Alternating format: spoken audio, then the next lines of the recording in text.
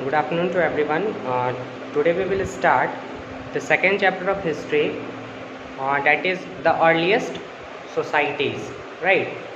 So far we have completed the first chapter of history. Now we are going to start the second chapter of history, that is your earliest society. So what we are going to discuss in this chapter all about the earlier men. जो हमारे आदि मानव थे उन्हीं के बारे में complete हम इस चैप्टर में मैक्सिमम से मैक्सिमम जानने की कोशिश करेंगे.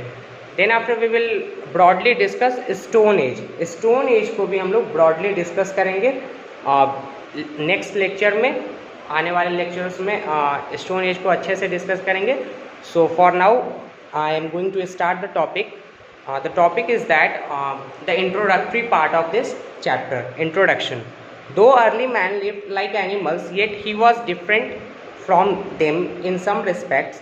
He could walk on twos, he could hold and throw things, he could learn and could apply logic.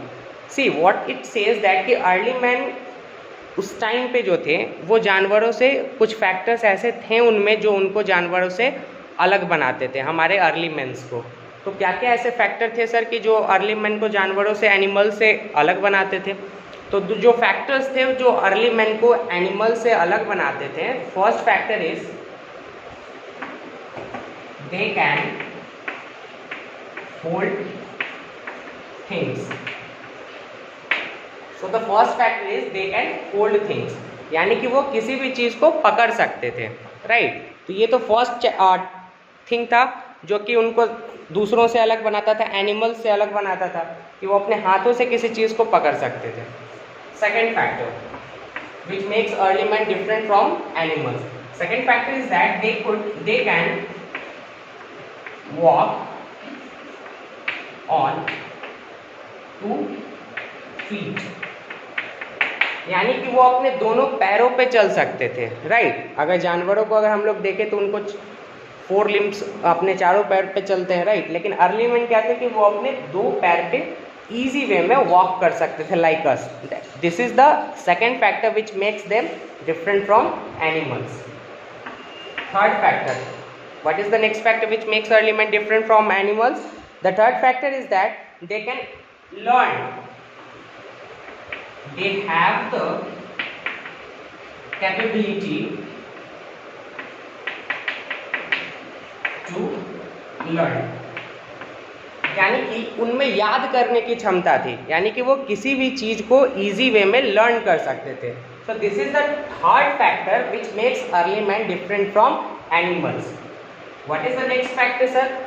The fourth factor, I can say the last factor which makes early men different from animals is that sir they can apply logic.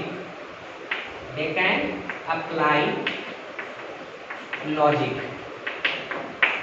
What does it mean they can apply logic? It simply means that कि sir they have their brains, यानी कि उनके पास brain था और they can utilize that brain to think, to do anything and so on. Right. यानी कि वो किसी भी चीज़ को सोच समझ के करने की क्षमता रखते थे. जानवर को क्या है, जो मन आया वो कर दिया. लेकिन हम इंसान के साथ क्या है कि हम पहले किसी चीज़ को सोचते हैं, अपने ब्रेन का यूटिलाइज करते हैं कि what we are going to do is right और रॉन्ग. तो अर्ली मैन के साथ भी यही था कि दे कैन अप्लाई लॉजिक, यानी कि अपने माइंड से वो थिंक करके जो करने जा रहे हैं वो सही है या गलत है वो कर सकते थे. सो this is the last factor which makes early man different from animals, that they can apply logic sir. Again if we summarize, what are the factors which make early man different from other animals? The first factor is they can hold things, यानी कि वो किसी भी चीज़ों को पकड़ सकते थे. They can walk on 2 feet, वो 2 पैरों पे चल सकते. The third factor is they have the capability to learn, उनमें सीखने की क्षमता थी. And the last factor is they can apply logic, यानी कि वो अपने ब्रेन का सर यूटिलाइज करके अच्छे से थिंक करके सोच समझ करके कोई काम कर सकते थे. So these are some of the factors which makes early man different from animals. Clear?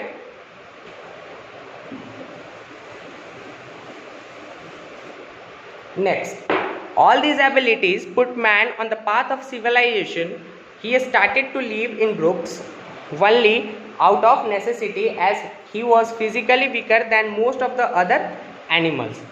यही जो कुछ फैक्टर्स जो हम लोगों ने देखा फर्स्ट सेकंड थर्ड फोर्थ की सर लर्निंग था, उनमें सीखने की क्षमता थी, they can up use their brain and so on. तो ये जो फैक्टर्स थे यही अर्ली मैन को एनिमल से डिफरेंट बनाया इन फैक्टर्स ने, और उनको धीरे धीरे ग्रेजुअली उनको इवॉल्व किया, उनको चेंज किया, और उनको प्रीवियस टाइम से उनमें डेवलपमेंट होते चला गया। अब जैसे हम ही लोग जब जन्म लेते हैं बचपन में, तो जैसे रहते हैं वैसे धीरे धीरे जैसे जैसे समय बीतता है हमारा भी माइंड डेवलप्ड होता है, हमारे शरीर डेवलप्ड होते हैं, हमें सोचने की जो बचपन में क्षमता रहती है उसमें इंक्रीजमेंट होता है। तो इन सब से हमारे ओवरऑल हम में चेंजेस आते हैं, और उससे हमें पॉजिटिविटी आती है, और आई कैन सी हमारा डेवलपमेंट होता है ओवरऑल, राइट। तो वही जो फैक्टर्स थे वो धीरे धीरे अर्ली मैन को सिविलाइज्ड बनाया उन फैक्टर्स ने, right. Moving to the next, अब अर्ली मैन के साथ प्रॉब्लम क्या था? सी, अर्ली मैन भी इंसान ही थे, हम लोग भी इंसान हैं, तो हम लोग इतने भी पावरफुल नहीं है कि किसी बहुत सारे ऐसे जानवर हैं जो हमसे ज़्यादा पावरफुल है, right, like lion, like tiger, like elephants. तो दीज अर्ली मैन जो थे उस टाइम पे वो जंगलों में जा करके रहते थे, उधर उधर मूव करते रहते थे, पहाड़ों में, जंगलों में, राइट। तो अकेले मूव करेंगे तो हो सकता है कि कोई जानवर, पावरफुल जानवर उन पे अटैक करे, उनको खत्म कर दे। तो क्या करते थे वो लोग कि then they started living in groups.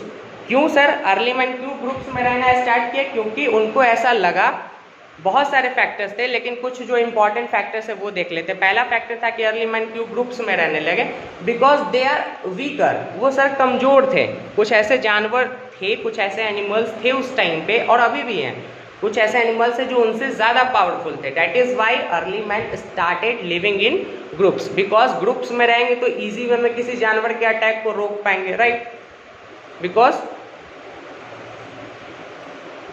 if we are united then we are more powerful as comparing to any single person, right। अगर हम यूनाइटेड हैं तो हम ज़्यादा पावरफुल हैं अगर किसी सिंगल पर्सन के से कंपेयर करें तो।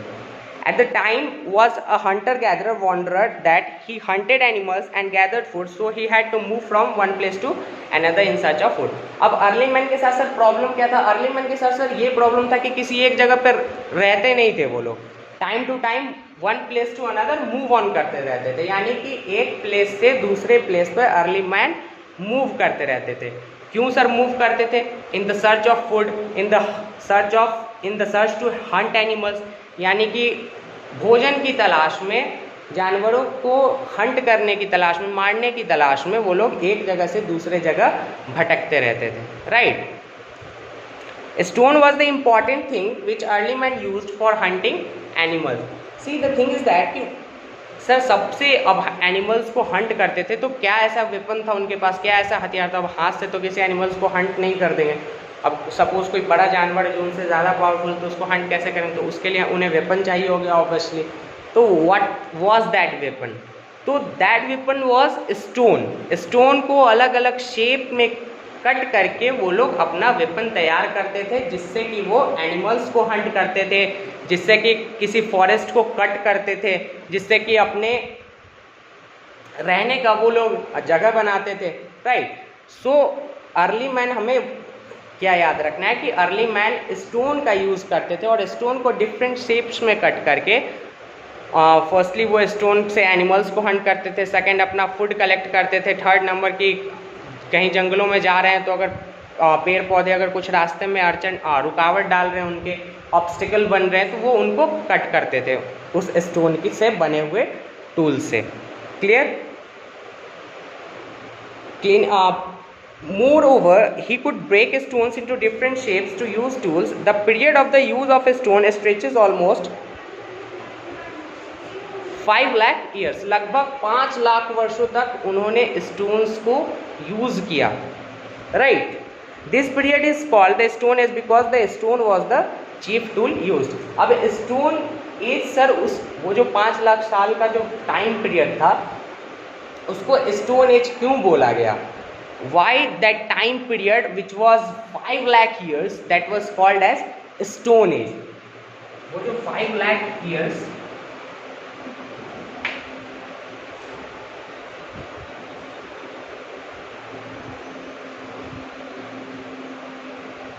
वो जो 5 लाख ईयर्स था time period, why it was called age stone age. इसको सर स्टोन एज क्यों बोला गया? It was called stone age just because stone was the prominent tool which was, or I can say the prominent material which was used to make stone weapons at that time। यानी कि stone उस time बहुत ज़्यादा use किया जाता था early men's के द्वारा, मेन के द्वारा। That is why that period is called age stone age. जैसे कि मैंने बताया कि स्टोन से वो लोग डिफरेंट शेप्स में कट करके they make weapons. That weapon was used to hunt animals. They make instruments which was used to cut forest, which was use to plug flowers, right. और ये सारे जो इंस्ट्रूमेंट्स और ये जो सारे वेपन्स वो लोग बनाते थे, ये किस चीज़ से बनाते थे? तो ये स्टोन से बनाते थे। तो इससे हमें पता चलता है कि सर स्टोन उस पीरियड में बहुत ज़्यादा यूज़ किया जाता था by the early man. So this is it for today's class. We will discuss the next topic in the next class. Thank you for watching.